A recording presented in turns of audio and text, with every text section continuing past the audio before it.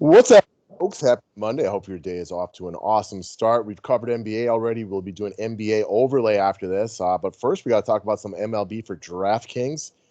Interesting Monday night slate with a plethora of quality pitching options that we will talk about here shortly. Before we get into the actual DK picks, guys, get your money in over at overlay. By the time you're seeing this, the baseball slate will be up and running pretty quick. So we're going to be able to break that one down today, but we'll move into the NBA one real slowly. And you got off the horn with those guys not too recently. We got some exciting things coming out real soon. Yeah, I'm hyped about overlay right now. It's just with so many sports going on. Also, overlay is so nice to play because it's stress free. You know, you can. A lot of you guys are working all day. You can come home, have a beer, and not worry about it because the customer service at overlay has got you if guys are scratched and stuff. Yeah, which is tough. I mean, like basketball is easier on a day like today on DK because there's only two games. But even now, you're waiting about like Eric Bledsoe news. They do a great job. If a matchup doesn't work, they take it off the board to make it fair for everybody. Yeah, it's awesome and excited for the new stuff they got going on. I'm hyped to talk over this NBA overlay slate with you for sure. Yep, we'll be moving into that next. Let's talk about DK for MLB tonight. I know this is kind of slate that you get excited for, where you got a variety of ways that you can go on this one. Guys, day passes are up. You get both sports with a day pass. Otherwise, monthly customers, annual customers, lifetime customers, you get every applicable sport. If you just want NFL, I got a sale run on the NFL package right now. It's still 20% off. The link to the website is below. Love to have you guys come join the team, even if it is just for the day. Subscribe to the station if you're new to it. Click the bell for notifications, and do like the Terminator would do and give it the old thumbs up. Come on, man. Don't leave out John Goodman or Chuck Norris. Of course. All right. I got you. Okay, so long members only video today because there was a lot of ins and outs on the upper tiered pitchers today, and there's a lot of ways you can go. There's going to be some potential weather issues in the KC Cleveland game to watch out for. You got a guy coming off of a no hitter. You got an up and comer with her some cheaper prices also in this game. But one guy that you can trust and makes a lot of sense for cash games, especially, is going to be Garrett Cole. Hasn't been as dominant this year, but still really, really good and very affordable at 10K. Yeah, I mean, he's just too cheap, right? When you talk about the best pitchers in baseball, Cole is still right up there. I mean, you got Jacob DeGrom, Max Scherzer. I mean, even I'm not still ready to say like Bieber is better than those guys. He's having a better year so far, but it's just such a minimal sample size. Cole is still top five to anyone who knows anything about baseball, in my opinion. He's too cheap here. I like Tampa a lot. I love the cut of their jib. They've got good talent. Cole is just too cheap. His strikeout upside alone on any given day is massive. Tampa Bay does strike out. He's going to be chalk and chalk for good reason, and he makes it even hard. It makes it even harder not to play him if Bieber's out. Yeah, that's a big thing right here for sure. And that will only, I mean, if Bieber's out today, his ownership will go through the roof at that point. Mm-hmm. All right. So, with a lot of desires to pay for high price pitching today, you're going to need to take a look at some cheaper bats in a few places. So, one of the things that happens when we got two sports running simultaneously like this is things can get lost in the shuffle. And I meant to contact you Friday or Saturday to tell you, like, hey, Josh Bell is about to break out. Been watching his at bats. The Pittsburgh announcers have been talking about it. He's about ready to go off because he's been mostly pathetic this year. But he's looking real good right now. Hit a mammoth home run again yesterday. Home runs in back-to-back games, only 3,600. Now, I'm not calling for it to be like last year where he was the best player in baseball for a month. But we've seen the upside when he gets rolling like this. When the swing gets shorter and more compact, he's got elite power. He's playing in a great ballpark tonight against a pitcher that struggled this year. And I think you can get him for low owned again today. What is your opinion on that? Yeah, I think he comes in pretty low. And there's just so many other good first basemen that people want to play in stacks that are more desirable. So that's why he's going to be low owned because one-offs are a rarity in baseball. You know, people look to stack, and Pittsburgh's not going to be a popular stack because Pittsburgh sucks. So it's funny about Bell because I didn't watch any of his at-bats this weekend. I did tune in, though. I feel like it must have been his first at-bat of this series. And this first swing he took, he threw the bat farther than I've ever seen anyone throw a bat on like a bad swing and miss. So I don't know if you saw that. No, I didn't.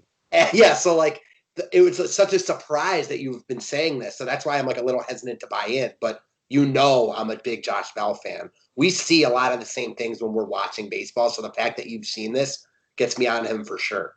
Yeah, and again, like this guy can hit cheap home runs because his lazy fly balls can go over the park, over the fence because he's that big and strong. But like the one he hit yesterday that practically left Miller Park, like he's really starting to see it. And this is something that I picked up more from the Pittsburgh announcers talking about.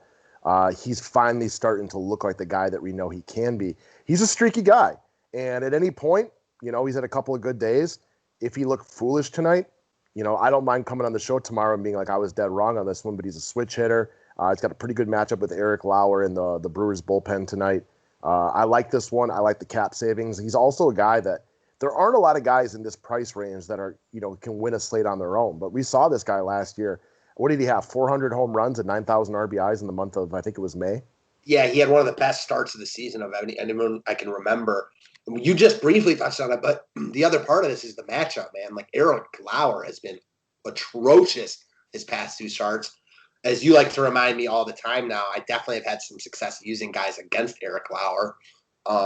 Man, I gotta assume that Bell comes in like very low owned. Like, he's just gonna be like, 7% or something. Do you agree? Yeah, I would assume it's single digits. Yeah.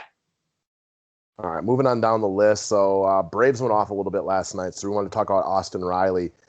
We wanted to make a point today on the offensive picks, and one of the things that we disrespect about a couple other DFS shows out there is they come out and tell you to play two high-priced pitchers and then tell you to play Christian Yelich, Mike Trout, and Cody Bellinger. You're like, dude, how am I supposed to get all these guys in my lineup? So we wanted to talk about some cheaper guys today because with the high-priced pitching options, cheaper guys are going to be necessary today.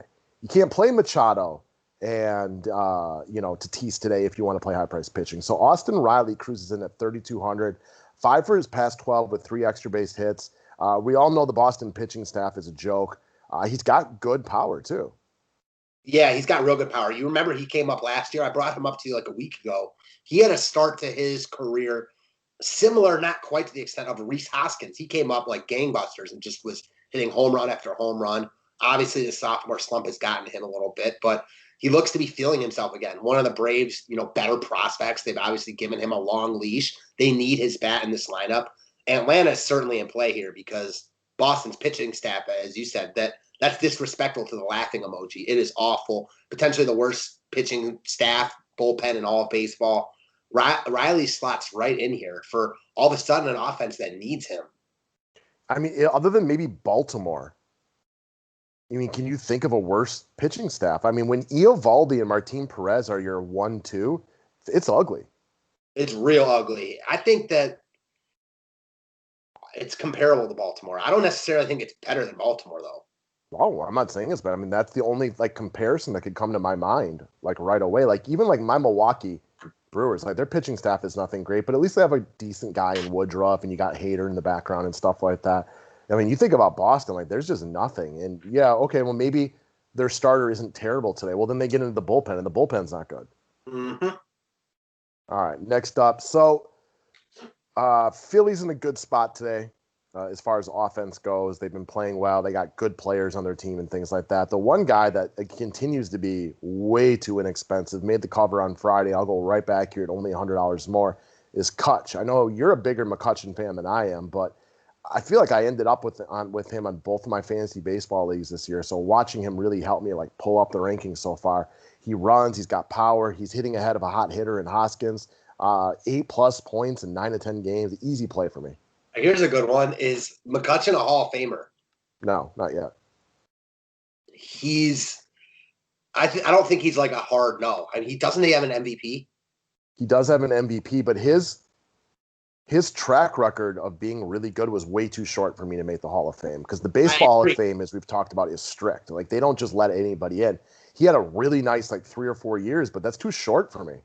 I agree with you. And at this point, so I made the case that he has an MVP, but he's still not a Hall of Famer because he didn't have enough. His peak wasn't long enough, as you kind of said. And you don't see him going back to that form. He's solid now, but he was again, an MVP, which he's not that guy now. Yeah, and a perennial candidate for 3 or 4 years. But yeah, you're right. The peak was too short. He looks like that guy right now, but I mean, this guy's bounced around team to team though. The last 3 years have not gone well for him. No, whenever you see a guy he's been on a few teams, San Francisco, the Yankees, now Phillies. So that's at least 3. I don't know if there's any more, but that's all in the past 2 years. Now, I will say one thing, like him, as opposed to a guy like a Miggy or a Pujols that we make fun of every single day. He's young enough that I Yes. still think he could be a decent Major League Baseball player. He'll probably never be the perennial MVP in a candidate ever again, but I don't see him as being like just like when you watch Pujols, it's just painful to watch. I don't see that from him. Their peaks were also higher than McCutcheon and for longer. But no, those guys are only there like because they've signed long-term deals because the teams paid them so much. Like those guys are a rarity, you know. Like McCutcheon's not going to get paid like that. He won't be allowed to be around like that. Absolutely. You're right. All right. Next up, let's go to the other side of that Pittsburgh Brewers game and talk about Ben Gamel. We're not going to sit here and bore you guys with a bunch of statistical breakdowns of why you want to look at Ben Gamel today. There's one number that matters here, and it's 2,300. On a day where high price pitching is very, very desirable, and you maybe want to get like at least one stud bat into your lineup, a guy like Ben Gamel at 2,300, who could very likely be batting in the middle of the Milwaukee order today, I would be surprised if he's not playing today with a right-hander in the mound. It's a great day to maybe give Ryan Braun a day off, for example. Expect to see Gamel in the lineup today. And while he's not a great hitter, he's very serviceable. He's got a little pop in that bat as well. A couple of walks yesterday, too, which is always a key buying sign. Yeah, we love that. You've really got me looking at that. I mean, again, he's 2,300. You got to expect he'll be in the lineup here. Milwaukee isn't in like a pristine spot, but they're not in a bad spot either. Trevor Williams has been very up and down. We've certainly seen times where he's gotten hit around. I mean, let's be honest with ourselves here. Doesn't mean you're going out of your way to like stack Milwaukee in all your lineups, but you can definitely take a look at some of their pieces. And at 2,300, when he's in the lineup, Gamble's like a better hitter than 2,300. You know what I mean? Absolutely. Most guys are better hitters than 2,300. He's better than a lot of those guys that will ever be priced down there. He's not a bad player at all. He's a nice little, like, maybe you don't want to have him as a centerpiece of one of your outfielders, but he's a great fourth outfielder and a solid, like, third outfielder if you need him. Yeah, depending on like what the rest of your team looks like, you can get away with him as your third outfielder, but he's a solid fourth outfielder. Yeah, he's not one of these guys that comes in and you're like, oh, God, this is just a black hole in my lineup today. Mm. All right, guys, that is what we got for today. We will roll into NBA overlay here momentarily. Don't forget to click the thumbs up button. Memberships available through the website. We appreciate y'all watching, and have a wonderful Monday. Football coming soon, too. Yes, it is. Thanks.